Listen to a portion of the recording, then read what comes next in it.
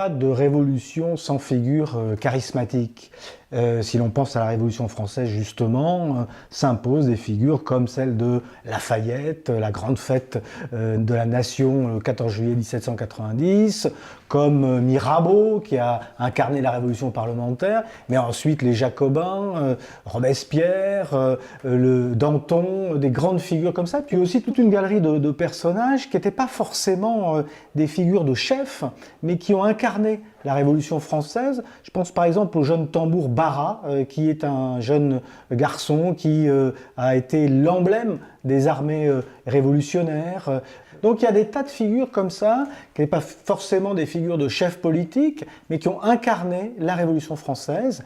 Et il se trouve que dans toutes les révolutions, qui sont des événements collectifs, qu'on ne peut jamais résumer à une personne, il y a quand même des figures de proue qui émergent, parce que le collectif a besoin justement de trouver une figure d'incarnation, puis aussi parce que des événements aussi marquants que les révolutions suscitent des chefs, suscitent des leaders, suscitent des personnages emblématiques.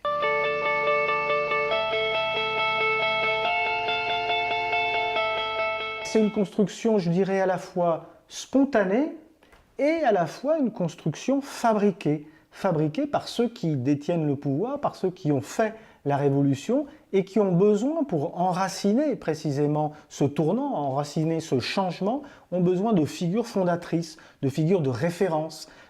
Les révolutions communistes, par exemple, la grande révolution de 1917, elle va ensuite héroïser, je dirais, inscrire dans le marbre de l'histoire les figures de Lénine, de Trotsky de façon éphémère, puisqu'il en sera bientôt effacé, mais Staline et bien d'autres qui vont, quelquefois successivement, incarner justement la grande transformation de 1917.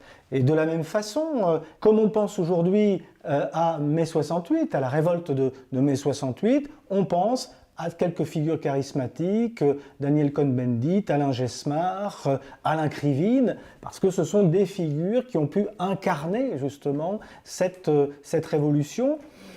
Alors pourquoi est-ce qu'il l'incarne? Pourquoi est-ce que Daniel Cohn-Bendit a su incarner la révolution? Parce qu'il en a été un leader, parce que c'est lui qui a lancé le mouvement du 22 mars, parce que c'est une figure qui a émergé par son charisme, par sa capacité à mettre en parole un mouvement social et politique, et culturel d'ailleurs, on dirait générationnel. Donc c'est cette capacité à incarner qui fait de lui le mythe, mais il y a aussi ensuite toute cette construction postérieure, hein, tout ce que fait la mémoire, tout ce que fait même l'histoire de ces événements.